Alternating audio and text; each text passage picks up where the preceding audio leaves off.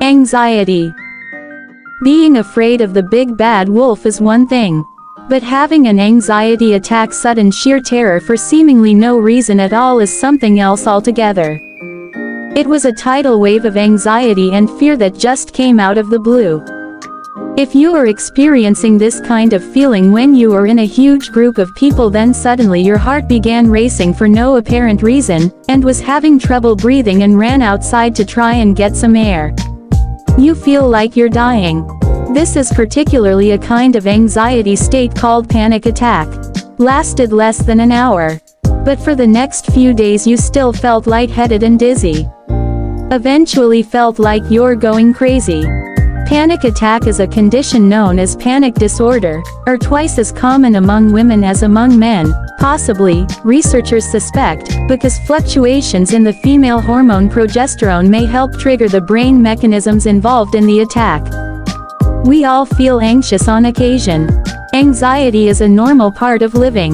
But anxiety that escalates into a panic attack is not normal. In fact, in some women, it can become so severe that it interferes with living. We all have the same nervous system, the same adrenaline pump, and the same heart that can race too quickly. It's that old fight or flight response that kicks in when we perceive ourselves to be in mortal danger. It happened when, like we were being chased by bears, our hearts might race, our palms sweat and our stomachs churn, or when we're about to give a speech in front of 200 people. Or when we have to take an exam. Or if a police car pulls up behind us and signals us to the side of the road. But that's all part of the normal response to a stressful event, which every human being is capable of feeling. Those symptoms can occur before, during, or after a feared or dreaded event. As long as you can identify the situation that precipitated the symptoms and they are not incapacitating, they remain normal responses. Symptoms of normal anxiety usually subside within a few minutes too. Your heart slows down and you're feeling fine, or 3 minutes into your exam, you're sailing along with no problem. Most women don't settle down once the cause of a particularly anxious moment is gone. Instead, they seem to stay anxious, experiencing what psychologists call a generalized anxiety disorder.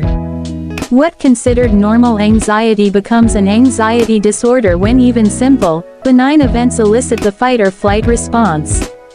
In other words, the response is not appropriate to the situation. In a panic attack is an intense type of anxiety disorder in which your body seems to be trying to fight a bear. A full-blown panic attack occurs when seemingly without cause your anxiety levels shoot through the roof and trigger at least 4 of the following 12 symptoms: racing or pounding heart, breathing difficulty, dizziness, tingling fingers and feet, chest pain or tightness, a smothering sensation, faintness, sweating, trembling, hot or cold flashes, a sense of unreality, and the ultimate whopper, a fear of dying. Symptoms typically last from 5 to 20 minutes, during which time many women feel as though they're going crazy. Although the panic attack is usually short-lived, lasting for only a few minutes, it leaves a nerve-wracking residue of anxiety that can last for hours or even days. And even though an attack can actually be an isolated event and never occur again, you can become so frightened of having another attack that the appearance of even one symptom. Unfortunately, no one knows for sure what causes panic attacks. But current evidence suggests that it runs in families and that heavy-duty stressors such as major life transitions, job changes, bereavement, surgery, illness, separation from a loved one, difficulty at school seem to trigger the initial attack. Scientists say a simple phobia is a persistent, unrealistic fear that will disrupt normal activity. You may never go to a huge group of people or in an elevator.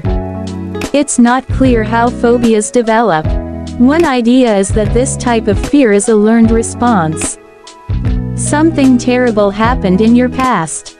Another idea is that since many of us have the same phobias, it may actually be genetically inherited. It may be that at some time in our past, it was beneficial for us to fear something so intensely that we avoided it like the plague. We didn't inherit the fear itself, but we were somehow prepared on a biological level to learn it very easily. Wherever it comes from, a phobia can be so mild that it hardly affects your life or so intense that it controls you. Suppose that you're afraid of heights and bridges. If you lived in a place where you never had to cross a bridge, it would never become debilitating. But if you had to cross several high bridges to get to work or go shopping, then your phobia would present a severe problem. It would interfere with your social and occupational functioning. Getting professional help. Fortunately, anxiety disorders, including panic attacks and phobias, are very treatable. Sometimes counseling is all that's needed. Sometimes a combination of counseling and a limited course of medication works best. Whichever, any woman with one of these problems will usually feel much better within 3 to 6 months, give or take a little. Another medication used successfully in panic disorder is small dosages of the antidepressant. Drug treatment has not been successful for most phobias, however. But for a long term, counseling is your best bet. Some anxiety is normal, but a psychologist can teach you how to control it instead of it controlling you. Counseling may include learning coping strategies to better understand and manage your anxiety symptoms. What is the evidence that you're going to die during a panic attack? You're experiencing it 20 to 100 times and you haven't died yet. You don't have to think it's going to blind you or make you faint or drive you insane.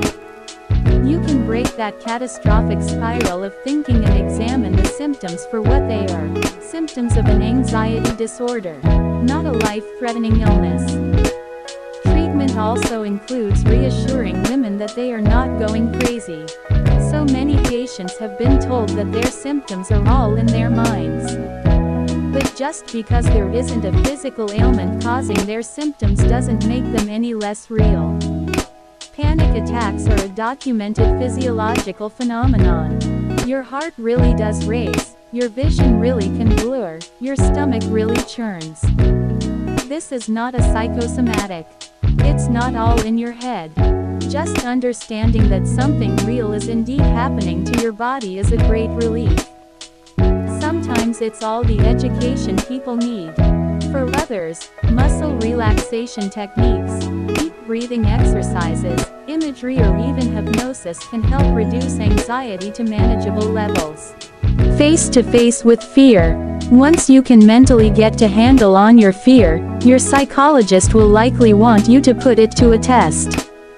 That is, you must not allow yourself to avoid situations where heightened anxiety or panic attacks occur. On the contrary, you must face them. Very slowly reintroduces you to the feared places or situations while you learn to talk yourself through whatever symptoms crop up. The most important thing to remember is that if you start to get anxiety symptoms, you must stay in the situation and let that anxiety decrease on its own. By not running away to a safe place as soon as symptoms appear, you will learn to manage your anxiety and fears. Thank you for watching.